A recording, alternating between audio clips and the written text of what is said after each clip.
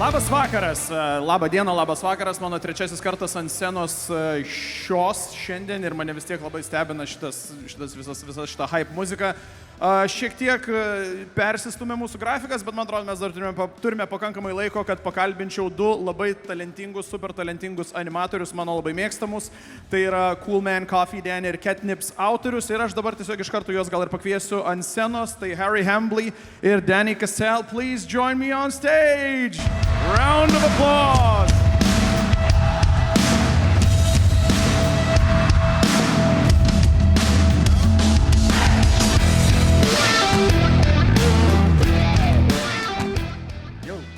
Hey. Do your mics work? All good? Yeah. How are you guys doing? Oh, excellent. So good. So good, man. I like the fog. It always makes me feel so much more important than I actually am, you know? Or is it just the fact that you just don't see the audience and then you're not as, self-aware? Yeah, no, fog is never a bad thing, you know? Fog outside, fog inside, why not? I like it. How has your whole weekend been so far? It's been awesome. It's been crazy, and I'm extremely tired now and dehydrated. Because yesterday you probably went for the classic dinner of the creators, yes or no? No. No, you skipped that one? That didn't happen. I just had some gray eggs, and it was all right. Okay, so for those who didn't hear it, Harry said he had some gray eggs. Does anyone want to try and guess what's a gray egg according to Harry? Zeppelin, exactly. So, essentially what happened is we got a very Lithuanian type of cuisine, and we just loved it so much, and we wanted to keep ordering more, and we didn't know what else to call it than gray eggs. And I don't know what is the actual dish? Zeppelin. Yeah, gray eggs. But I think it even has like an English name for it. Like I think it's still Zeppelini or Zeppelins or some stuff, some shit. I don't know. It was really lovely. I like it. Definitely, it's awesome. The new name, Gray Eggs. I can see it now. But that's the first time I've ever heard of it. Was that ironic, or do you actually like the Lithuanian cuisine? No, yeah, we like the gray eggs, the pink soup, and the beer is really good. The beer is insane. It's so it goes down easy. Hence why we're so dehydrated today. But everyone's very nice here. Everyone's very kind. Y'all are just so polite. You just kind of, I'm a New Yorker. I'm used to people just spitting in my direction and telling me to go away for no reason. But everyone here greets me with a smile and gives me a nice hug and gives us gray eggs, I'm sorry, that's the last one. No, it's good, it's good. So I've introduced you both as animators, because, that's probably the best tagline for both of you, right? But also, we spoke, we actually had a warm-up session, right, with Harry on Friday, and when we spoke, I'm like, how do you like me to introduce you? He's like, yeah, I don't know, I don't care, you can say I'm an Instagrammer. And I'm like, really? That's extremely reductive, an Instagrammer? And also Harry said, I just doodle and I'm just a humble Instagrammer. And you, Danny, you are a self-proclaimed bad animator. Yes.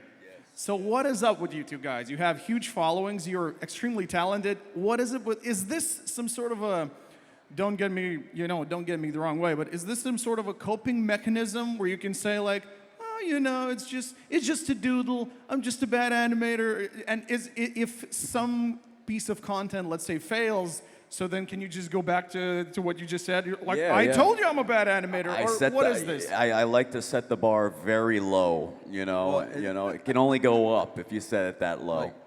On my taxes, it's either that or influencer, and I think Instagram is almost like.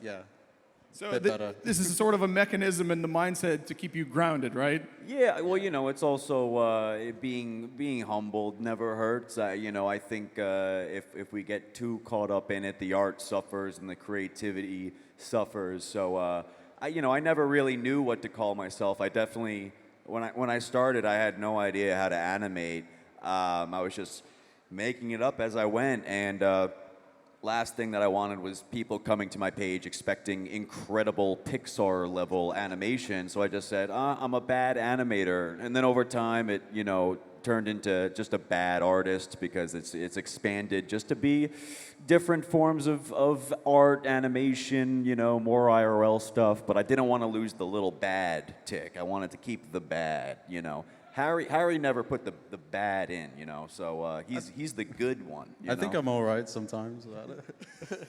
Is that bad? So the minimalist style is sort of just the part of your brand now, right?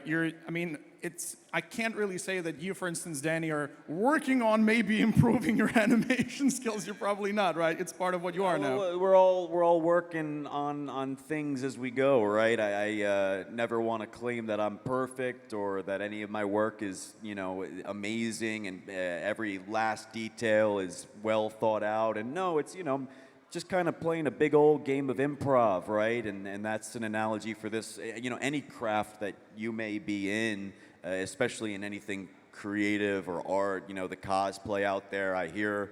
Didn't you hear like people were like working and sewing their costumes up until like the last night before Comic-Con? Yeah. So the guys we're with at the hotel, War and Peas, I don't know if you interviewed them. Me personally, no. They were saying in their hotel room they could hear all of the sewing machines in the other room from all the cosplayers, and we were just back there when they were all coming on the stage, and it was insane, and the level of oh man, it was awesome. Yeah, the cosplay scene here is amazing. And they called out Harry, so like my name's Harry, and I was like, oh man, I'm not dressed.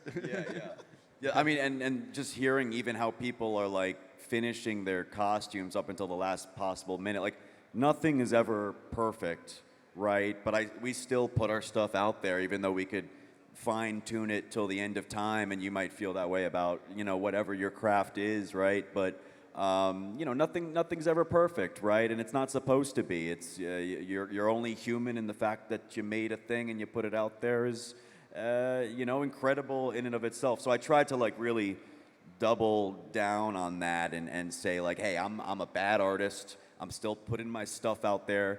People seem to like it, seem to vibe with it. And if you think your art is bad, which so many creative people are like, oh, don't look at my stuff, it's terrible. It's like, that great, amazing. Put it out there for people to see. I'm sure many other folks out there would love your terrible art because it's never terrible. It's if you made it and you love it, it has to be pretty special, I think. Yeah. It's funny that you mentioned last-second improvements, let's say, to an art of work, right? Because our closing remarks on Friday were finished is always better than perfect, right? You have to put stuff out there. Have you noticed, for instance, that the style of, let's say, cartoon or the style of comics that you utilize, is it sort of did it sort of gain prominence in the last couple of years? Is this minimalist style on the rise right now, is the question? Or, because I would assume, me personally, from what I see online, I see you two as the pioneers of this really like minimalistic style of animation, right, of comic books. Is this style on the rise, do you think, or not really? Or is it just you two guys? I think so. I think that, I think it's always been quite minimalistic. Like, even if you go back to something like Snoopy or Garfield or things like this, like, it's all quite simple. But, I don't know. It's so easy to get caught up in, like, the styles and things. And I love the internet for the fact that, it can be really simple or it can be super detailed and involved and there's loads of context. And, I definitely fall into like the simple category. Because like Danny never even has backgrounds for his content. I never have a background. No, I thought I was a fridge. bad. Best case scenario, there's a fridge or something. Yeah, bad. It's bad art, man. But the wild thing is when Harry and I first met, it was while I was living in New York City in 2018, and he was visiting New York City. And at the time, I just didn't know anybody else who was doing animation like I was at the time. And, just short form, crudely drawn, simple animations that go on Instagram. TikTok didn't even exist yet. And so we met, and it was kind of like, this guy speaks my language. This guy, like, is doing this super, super niche thing. And I would say over time, over the past 5-6 years, there's definitely been a lot of new animation pages that have sprouted up and gave artists and animators voices over the years, especially since TikTok became a thing. TikTok gave birth to animators' careers that we both know and are friends with today. So, but back then, you know, I feel like it was like a dark period of like not a lot of animation on social media. Like there was Newgrounds animation way back when, and then now there was TikTok animation when TikTok came out. But in the middle, like there really wasn't much, you know. Yeah, I think the Odd Ones Out, you know, the animator Odd Ones Out. Yeah, I think he like a couple of years ago he made a video where he talked about the fact that animation is just not that rewarding on YouTube. Hence why, because it takes long to do, right? And it's like it's easier to I don't know do reaction videos and whatnot. So just probably like has something in common. Sorry, you were about to say something. No, that's good. No, yeah, I'm so offended. With like James Odd Ones Out, like I remember seeing that same video, and I never even thought about it in the sense that that's probably why Instagram and TikTok have so much animation and short form content in general, right? Because yeah, YouTube just, you know, it promotes longer form content like reaction videos and all that and vlogs, but yeah, once Instagram had video and you could upload a 20-second, 10-second animation, that still takes a while to do because it's animation. It just changed the game. All of a sudden, you could get a lot of eyeballs on it and a lot of followers through that. So I would say, like it definitely had a lot to do with the timing and which platform you decided to put your stuff out on. So you know. So the rise of TikTok, as you've mentioned, it did sort of have an impact on your, I don't know, on your creative output, right? Yeah. Because you can just concentrate on, you know, a joke that lasts for 20 seconds and not a whole story that would require like 8 minutes to explain, right? Yeah, no, I mean, the quicker you get to the point on TikTok, the better. I mean, I think people like you and I think so much about like what's the most split-second way we could get an idea across, because people are scrolling pretty mindlessly on TikTok. They're not going out of their way to search a video. It's served to them, whether they were looking for it or not, for better or for worse. Yeah. And you have to, especially with animation, you have to figure out how to catch their attention. I don't know if you have any like specific ways you go about it, or if it's different every time. You know, it's like completely like potluck. But I was thinking about this. You mentioned like, oh, there's like the whole new wave of TikTokers, and it used to be YouTube. Like, I think the person who wins will be able to like do all of them, and but it's so hard. Like YouTubers, we were talking about this. Like all of our favorite animation YouTubers, like Jaden Animations or Odd Ones Out, they don't really do like TikTok or Instagram, and then vice versa. So like, I don't know if there's like a secret code to do both. I mean, probably just don't sleep. But just never sleep. Yeah. Or like long form TikTok too, because I'm getting like really into that. Like I don't know. Because TikTok has like what 3 minutes? Now, 10 minutes now, 10 I believe. Minutes? Yeah, oh yeah. my yeah. God, I'm way behind. I'm sorry. It's like great if you're on the toilet and it's like, and you can just like have like someone talk for 10 minutes. It's like.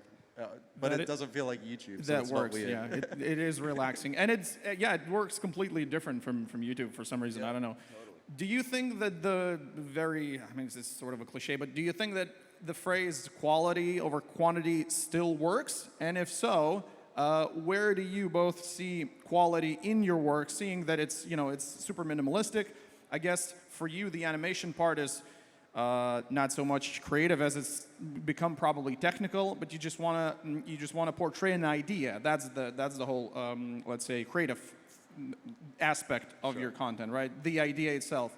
So, for instance, like where do you find quality in your content, you personally? I think that's always been the age-old question with anything social media is do I put out more and risk losing quality and creativity, and also like your own time and bandwidth, right? Or like do you do something like an Odd Ones Out who does like a video a month, sometimes longer, but it's a banger of a video every time, right? Because there's so much love and care baked into it. And I don't know, like I've always been a little envious of stand-up comics, which is a whole other career, but you know, they have like 4 years in between their comedy specials. You know, in between they just test, you know, material and kind of just write and really make sure their next comedy special is as perfect as it possibly could be. But as you know, social media, if you disappear for 5 years, you're done, right? And yeah, it's like, where did you? It's like a million years in internet years. So I would say it's a little bit of a balance. You know, you definitely have to please the algorithm monster gods and just kind of like keep putting something out there just to make sure people know you're alive and you're active and, you know, you're at the top of the feed one way or another. Because people that follow you do want to see you and they still want to see your stuff. But you don't want to do that too much to where you feel like you're exhausting yourself or you're subjecting yourself to burnout as a creator, which is, I've seen it happen a million times to creators and friends that I really deeply care about. I experienced that last year, you know, so I would say it's a really fine-tuned balance, and if there's no perfect solution because creators and artists are constantly trying to find what that balance is, whether you're totally independent or you have a team or you're in animation or vlogging or whatever, you know, cosplay, like whatever it is that you do, it's really, really hard to find that social media quality over quantity balance. I mean, I'm sure it'll be an age-old question that we're talking about 100 years from now. So, yeah, I don't know if you have like the golden answer because we all, especially as animators, it's really tough. It's really, really tough to find just how much you should be putting out there while also retaining that, you know, that special sauce that makes each one pop off, you know? Yeah, I don't have a good answer to that. But I think the biggest thing is making sure that you're not just putting stuff out there for the sake of it and you're not giving it any thought or anything like that, because at the end of the day, whatever the algorithm's doing or whatever, you know, Mark Zuckerberg's up to, like, it doesn't matter. What matters is your audience and your connection with the audience. And if they feel like it's just being like disingenuous, or, you know, you're just like, you're completely burnt out and they can tell, like, then it's going to suffer. So you have to be patient and just, you know, really, really trust your audience to hang around if you want to take longer to make something special. Or if you just want to spam like stupid, like that's cool too. Yeah, like, yeah. Did you ever, were you ever in a situation where you come up, let's say, with a, I don't know, idea, a script that would probably result in let's say 5 to 6 minute video, and then you're like, and then you sort of gaslight yourself into thinking like, this will take a very long time. I just need a short idea that works for TikTok, works for Instagram Reels. Or have you ever been in like, did you have an epiphany one time? Like, that it's sort of with the current decreasing, let's say, what's the Attention span. Attention span, Yeah, yeah, yeah, exactly. yeah. Attention span, that was the word Yeah, I was looking for, yeah.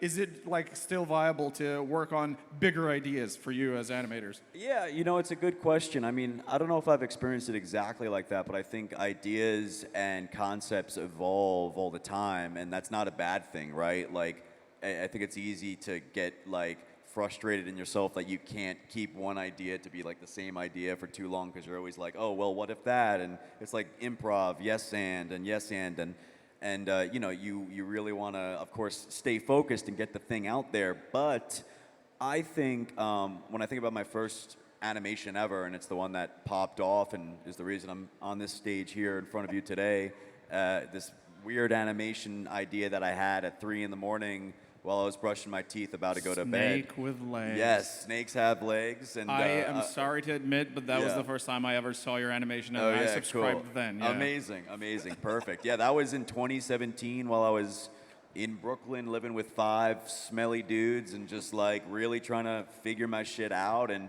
had no idea that obviously I would become an animator, an artist for a living. But that idea started out as one idea and it turned into another idea. The idea I had was just like, oh, let's make like a random animation about a snake, and I'll draw a snake and just voice it, and it'll be like this weird, awkward video, and it'll be 10 seconds long, and haha, that'll be funny, and my friends in college will watch it, and it'll get 100 views, and we'll all have a nice laugh. But something struck me in the middle of the night there where I was like, I made that part of the animation, and then I was like, I feel like I could create like a little extra of like a punchline here, and I ended up making it about not believing everything you read on the internet and The Daily Testicle. yeah, not believing everything you read on the Daily Testicle. Like it turned into this whole commentary about fake news and how social media spreads like a lot of just things that aim to divide Like wildfire, humans. yeah. Yeah, like and like about snakes having legs, which obviously is not the case. So, especially in America, it was a very political time, and so I added that little extra thing, this little extra bit on the end of this original idea, and that's what made that video pop and just get hundreds of millions of views and changed my life. And so, I know that probably wasn't the question you were asking, but I think whether you're taking a longer video, making it shorter, taking a shorter video, making it longer, taking a video and keeping 1% of that original idea and turning it into a whole other thing. Maybe it inspires a whole other thing. That's fine. I think ideas are fluid, right? And you just kind of like, if you're seeing that happen and you're feeling that happen, sometimes you just got to go with it, and see what that end product ends up being, Yep. Yeah, I don't make that much long form, so I'm like, yeah. I just remember you mentioning on Friday that if you, like as a creative person, if you still have an idea, it doesn't matter how long will the output be. If you sort of have a drive to like finish the idea and to put it out to the world. I think that was the main sentiment when we had the same question. Yeah. I think it's really easy to get caught up in like Algorithms and audience capture, right? Thinking about all of that, and you can kind of tell when like someone on social media has really like got that all dialed in, but then has forgotten about the actual content. So it's like, it's funny. Like I think it can get you so far, but I think in the long term, it's silly. So it's like really cool to just do your own style, and yeah. So, okay, Danny mentioned, living off of animation, or basically that being the main thing of your life, right? Main driver of your income as well. So here on stage today, I have Harry, who started selling cookies in school when he was 14, and since he was 17, he has a globally recognized brand. Danny, I think a couple of years ago you were in the Forbes 30 under 30 list, right? So very successful. That's not better than cookies at 14. Yeah, dude, the cookie thing, I didn't know about that. Yeah, don't get cocky. This guy sold That's cookies. wild. You trying to sell some gray eggs with me? I got a business plan here. Come on. That would be a success. That would be a successful business here in Lithuania, definitely. Gray eggs, let's go. So it's a pretty simple question. Like being animators, especially of let's say short form, how do you monetize your work? I think it's very different. Sorry, it's a very broad question. Sorry to interrupt you, but like, how do you monetize? Listen, I wish more people talked about this, because if it's kind of hush for regular content creators and creatives in general, it's definitely hush for animators. I mean, it's very hard to figure out how to pay like the it's bills. a sort of a controversial topic, or amongst animators, or no? Well, I just think nobody really talks about it. Nobody really talks about it. Like a vlogger or somebody. You'll see like a very obvious like sponsored segment in their video or whatever, and maybe more traditional influencers. It's like, hey, this is whatever, sponsored by Red Bull or Samsung or whatever. But for animators, you really have to get creative about how to, especially if you want to keep it authentic. Which, if you lose authenticity in anything, especially animation, you risk a lot. You risk your people losing interest, right? So, animators really have to think about how to authentically. If they do want to take a brand deal, bake that into their work, and how to have fun with it and not make it feel like a sellout moment or something. And then even just like the merch game. Like the merch game for animators is probably more standard, but even then, like, it's very hard to figure that whole thing out. You have to find a manufacturer, you have to get your products, you have to like test the products, you have to find someone to fulfill the products. Sometimes you're just mailing these things out of your living room yourself, and you don't know how like international customs work, and you get like packages mailed back from like Dubai and like Denmark, and you're like, it's like, what is going on?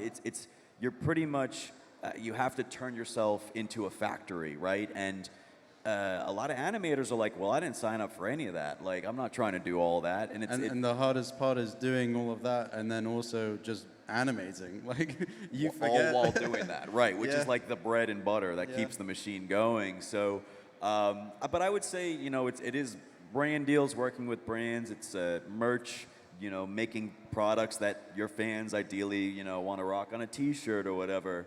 Okay, let me interject. Why the hell don't you have any plushies? Oh, Harry has plushies. Harry I has bought one plushies. yesterday. I wanted to buy I special. know. You I have know. no plushies. Why? I have one plushie, and he's just standing there. Everyone's like, "Can I buy him?" I'm like, "Nope." And I feel like I'm just crushing dreams out here. But, yes, exactly. That was the moment that I had on Friday. Like, why can't I buy sorry. Spesh? I'm sorry. I made plushies a few years ago, and those sold out. And then I just, again, like, I could be up here, talking about how I do my thing and how my business is structured, but the answer to that is I'm just lazy. I have not made more plushies, and that's like when there's more things to do and so many different assets of the machine to keep running, all while keeping the animation afloat and entertaining and quality. Some things just fall on the back burner, but the plushies, like the plushie, like when it comes to characters and you build your own little IP. I've met a lot of artists out there who like created their own little character. We've talked a lot about this on this trip. That could go very far, especially if you're talking about how when it comes to paying the bills, like if you create a character that people love and care about. And you own that character. That's what happened with Pikachu. That's what happened with the Teenage Mutant Ninja Turtles. That's what happened with Star Wars. That's what happened with all these brilliant pieces of IP that got so big and so many people love and care about it that it kind of just transcended multiple generations. You think about Mickey Mouse, right? That's 100 years old. So I would say maybe, since we talked about this the other night, at Harry and I's point in our lives, we're definitely maybe thinking much longer term, like how do we keep these characters, lovable, right? For ideally the next 100 years, which is a much larger conversation, right? And the thing is, too, that, you look at people like Logan Paul or like someone on like, even in, or like Billie Eilish, like someone like this, and they come up out of nowhere and they kill it in 2 years, and and they're just super famous. And then animations and things like, like big, but it's whatever. Well, there's different mediums, I understand, so yeah. What I think is, whilst a famous person in real life can blow up very quickly, they also die. So like eventually they might get ugly, or they might do something terrible, and then it's, or both. Or both. Yeah, whereas technically your both characters could just live on for centuries, Yeah, technically. and then it's game over. But a character, I mean, as long as you don't mess the character up yourself, it can potentially go forever, which is really cool. Like, I like thinking that the bean will eventually outlive me and my family, and just, it'll be really weird, but like... that is the beautiful thing about art and creation in general. The fact that people can create something and have it live potentially beyond them. I mean, you think about, a Walt Disney or a Jim Henson with the Muppets, right? These creators that the thing that they made lives on. Even when they're no longer with us, the thing that they created lives on and continues to bring memories for people and continues to make people smile and bring people together.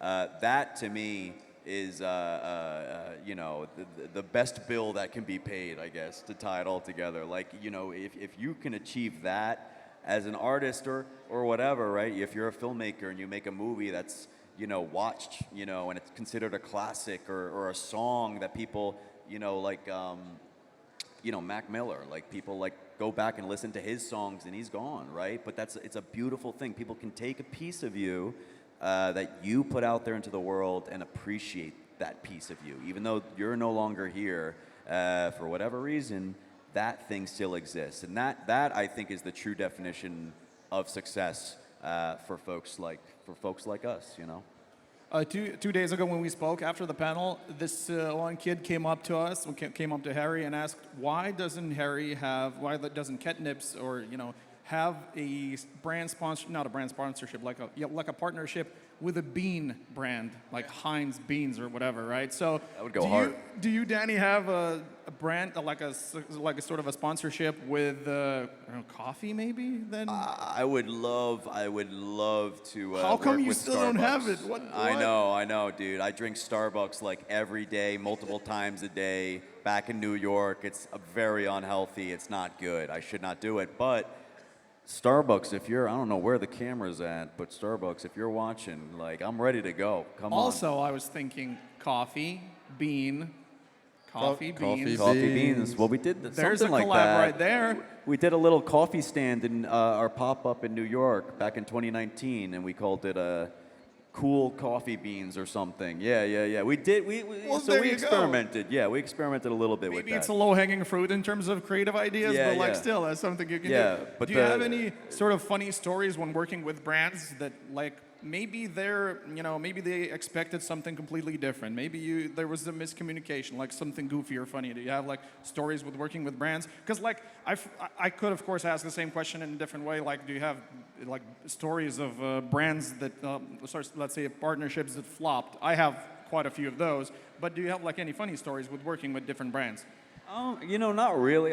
Every brand I've ever worked with, I've been very, very, happy to work with, and they were the same. It always kind of it was always a pleasant surprise. Like I did a video with Crocs a little bit ago, and it turned out to be their most viewed reel on Instagram. I was like, well, that's wild, and it's just the stupidest animation of my character. 2 years ago, I was the ambassador for Crocs here in Lithuania. Whoa. You know how many people forwarded that reel to me? Or a year ago, I think. Yeah, a year ago. And a lot of people. Of mine? Yes, Oh, that forwarded sick. that reel to me. Like, dude, look at this. I'm like, I know. Perfect. That video is like so simple and dumb, and I love it so much, and it's just special, like, bobbing and just rocking his Crocs, and the fact that brands allow me to be silly and dumb like that is a miracle. But it works. It truly works. I don't know if I've ever had a bad or like miscommunication experience.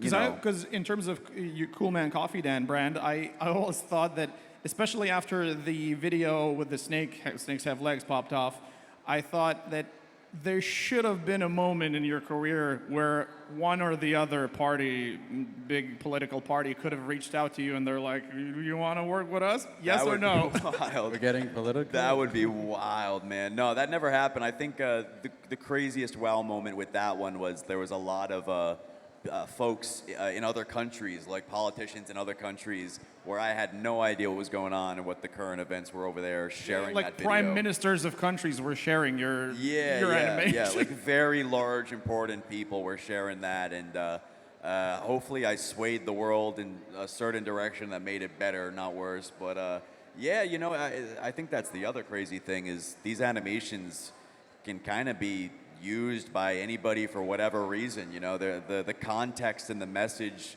in these things is up for grabs. Especially because we don't really like choose intense sides. A political technique. It's subjective. Art is subjective. Yeah. It's really scary. I live every day with the fear that I'm gonna get Pepe'd, because like the guy who made Pepe. Oh yes, exactly. Like it's a completely political iconography. He's been drawing and putting stuff online since 2004 with the frog, and it was only until like 2016 that like all these crazy people started using it for like super On 4chan, right? I think. like Bad horrible stuff. Bad stuff. And then anytime now you see the Pepe character, it's like, oh, this, and you think the creator's bad and all this, and like One I day- just one day- hope they leave the bean alone. Like One day you'll please. wake up and the bean is a Republican, and that's it. That's all. There's nothing you can do. Yeah, let's keep bean on a can of beans and call it a day. That's the type of politics I want to be in. Also, sorry, how do you manage the financial and the organizational aspects of your creative work? So, in one interview, Harry has said, a lot of my time is spent drawing and on calls. So, again, going back to, plushies and the production side of that, like you're creators, you have to doodle a lot, you have to draw a lot, you have to get inspired, right? You have to allocate a lot of your time to creative work. But then there's the brand part, right? Like, how do you, I don't know, delegate work, or does my question make any sense? Like, Yeah, how do yeah. you, let's say, run an organization of sorts? If it's whether it's one person, two people, three people, like you should have like teams helping you, right? Yeah, ideally, like as you grow, you know work with more folks to like help you tackle more projects and. But yeah, it really is. It's a lot of phone calls. You know, sometimes drawing while you're on phone calls, and that could be like you know a lot of multitasking. It could be hard to get into that and be like, this is not what I signed up for.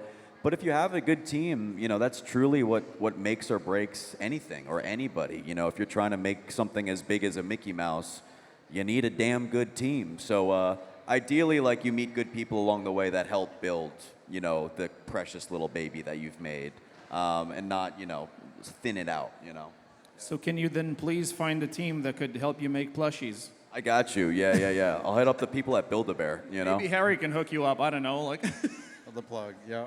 Harry's plushies and merch always went really hard, man. You know, it's always like, I don't know if you've ever just like, winged it or if you had a team to do that stuff, but every t-shirt or hoodie or plushie that Harry put out there, it's pretty dang good. And he's in Zoomies, right? Or something. I don't know. It didn't really fit the core demographic. But it was in a store. It was in stores across America, which is a pretty cool thing that you could say. That's true.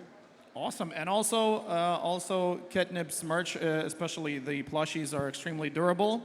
Like I said, I bought one on Friday for my dog. It's still in one piece, no bite marks, no nothing, just a bit of saliva, and it's a plushie, and it's still in one piece.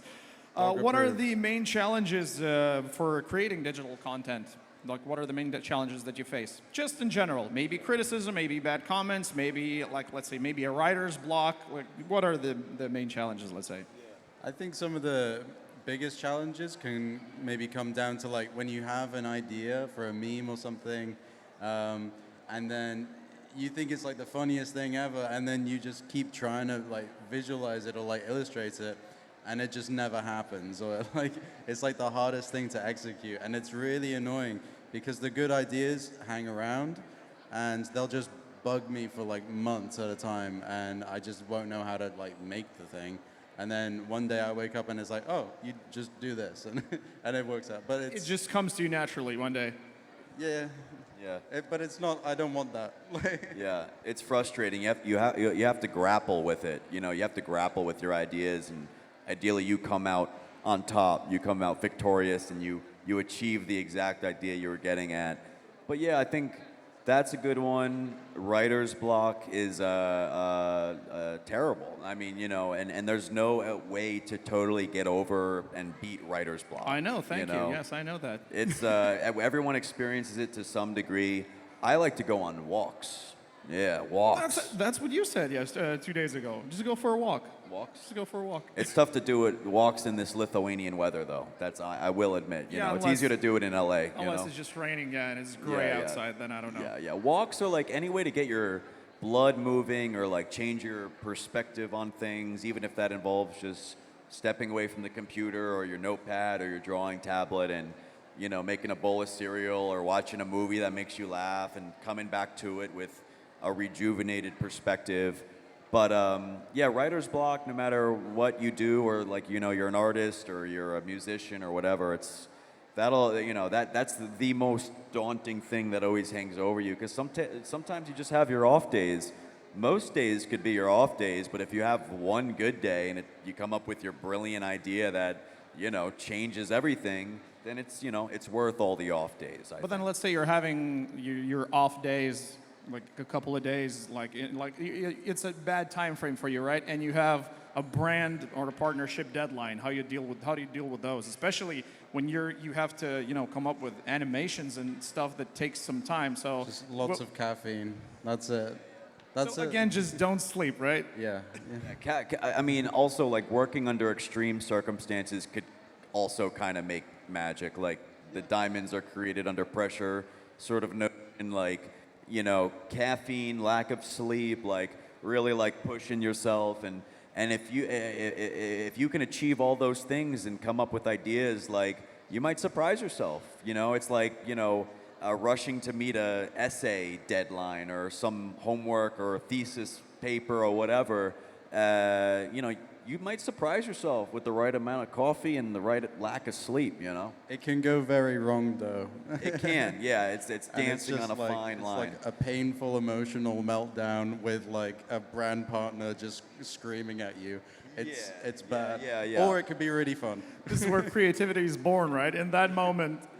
So I've asked Harry the same question on Friday, like, and he was fairly critical, but like I basically have the same opinion. AI, artificial intelligence, is it like sort of a realm that you would love to delve into to maybe not come up with ideas, not help animate your work, because that's something that really needs your own touch, but like maybe there are some processes during your creative work that AI could help with? Or haven't you, or maybe you haven't looked into it yet? Yeah, no, I actually think there's some really... Sorry to interject, because animators, Yeah. especially animators and cartoon artists, are extremely critical of AI, because that's basically just stealing Sure. your brush. Yeah. No, I think the technology is very, very new, right? And it's tough to make a definite, sort of assessment of it. But I stayed off it for like the past year and a half. I didn't necessarily want to jump right in, and I didn't know if it had any place in my workflow. But I actually started using it recently, not from an image generation standpoint, but from a brainstorming, text-based, kind of just like using this chat robot to just bounce ideas Someone off to of. talk to. Yeah, like it's kind of like playing wall ball with yourself a little bit, and like, the ball keeps coming back to you in a different way, and it helps you look at something a little differently and expand on something else. And so that has been a huge help, a huge tool for writer's block, because while it's not like writing videos for me, it's helping me identify like, okay, well, here's how I'm feeling today. What's like an analogy for how I'm feeling today? And it's like, okay, that just gets my wheels turning, because it's like, sometimes it's a cold start. You're trying to get that lawnmower started and it's just not running. But if you could grease up the wheels a little bit and oil it up and just get the machine running, then I'm off to the races. Like, I've always worked best with like a writing partner or somebody where I could just bounce stuff back and forth and ping pong. And I found that AI can kind of be that writing partner when I can't get a hold of my friends or something. I don't know about you. Oh, I don't know. It freaks me out. Like AI. Yeah. So there's like some practical ways you can use it. Like I don't necessarily use it for writing, but I've used it before to like draw in really low resolution, and then you can bump up the size of it. Upscale it, right? Yeah. So it means like I take up less space on my iPad, which is like convenient. But in terms of like a lot of the creative stuff. I spoke a little bit about this with War and Peace and people, and it always feels like it's going to be tough because it can't do better than like what's already been done, and technically it can come up with a unique idea. It just has to be a mashup of other ideas. I mean, nothing's a unique idea, but I just feel like if there's lots of people using AI, they're probably putting in the same things and they're getting the same results, and then I don't know. It also is just a little bit creepy. Like, I don't know who's watching. Yeah, it's just so new and unsettling. And as with any piece of new technology, like, people are freaked out and don't know what to do with it. But even from like a scheduling or like, life organization standpoint, which a lot of creatives and artists suffer and have to try to figure out on their own, I found that AI can even help, like, just help schedule your life and be like, all right, like I have this, and that to do all this week. I'm freaking out. I'm having a mental breakdown. How do I get this done? And if you just put that into like whatever, ChatGPT, or there's another one called Pi AI, like if you try that, I think you might be surprised in just how it helps you in a very supportive manner, just like lay it all out and organize. And it just helps to read it back, right? Because also as artists and creatives, we're very hard on ourselves, and anything that we do, we hate, and we put like a lot of pressure on ourselves that it's not anything good. And you could write out a plan and say, this plan sucks, it's not going to work. But the moment you read it from someone or something else, you're like, oh yeah, this isn't so bad. So I found that even with the little things, like it helps get you out of your own way, just down to scheduling and organizing. And oh, you have this project. How am I going to get it done? It's worth giving a shot. I think the whole art conversation is a whole other thing that I haven't really touched at all because it is freaky. It's but like people will kill you. yeah. I haven't touched that at all. But the little things like how do I get my room cleaned up in time for my girlfriend to come over, and it'll be like, all right, start with the laundry, then go to the fish tank, and it's like, oh yeah, that's pretty good. I didn't think about it that way. Stuff like that. So it sort of helps you get into a groove. You find groove. ways to help you Into a groove, get yeah, into a groove. exactly. So I usually close with asking for advice for, let's say, aspiring artists, but this time with sort of a twist. Let's imagine that they are already semi-successful, right? They have like a sort of an audience, and what would the advice be for them to now sort of monetize their content? Let's say, imagine hypothetically, here in Lithuania, you have two good animators that have 50K plus followings on Instagram or TikTok, I don't know. Like, what would your advice be to help monetize or just start monetizing the content? So I would probably recommend starting off with merchandise if you do something similar to us. And the best way to do that would be to start very, very small and just really put a lot of care and effort. Start with stickers. Start with stickers, but wrap the stickers up in like a really nice package and write a note, because you might only get 10 orders, but if you make 10 really good orders, then that might be someone who wants to support you in the future or tell their friend. And I think it's very easy to outsource all of that process, and it loses a bit of that connection.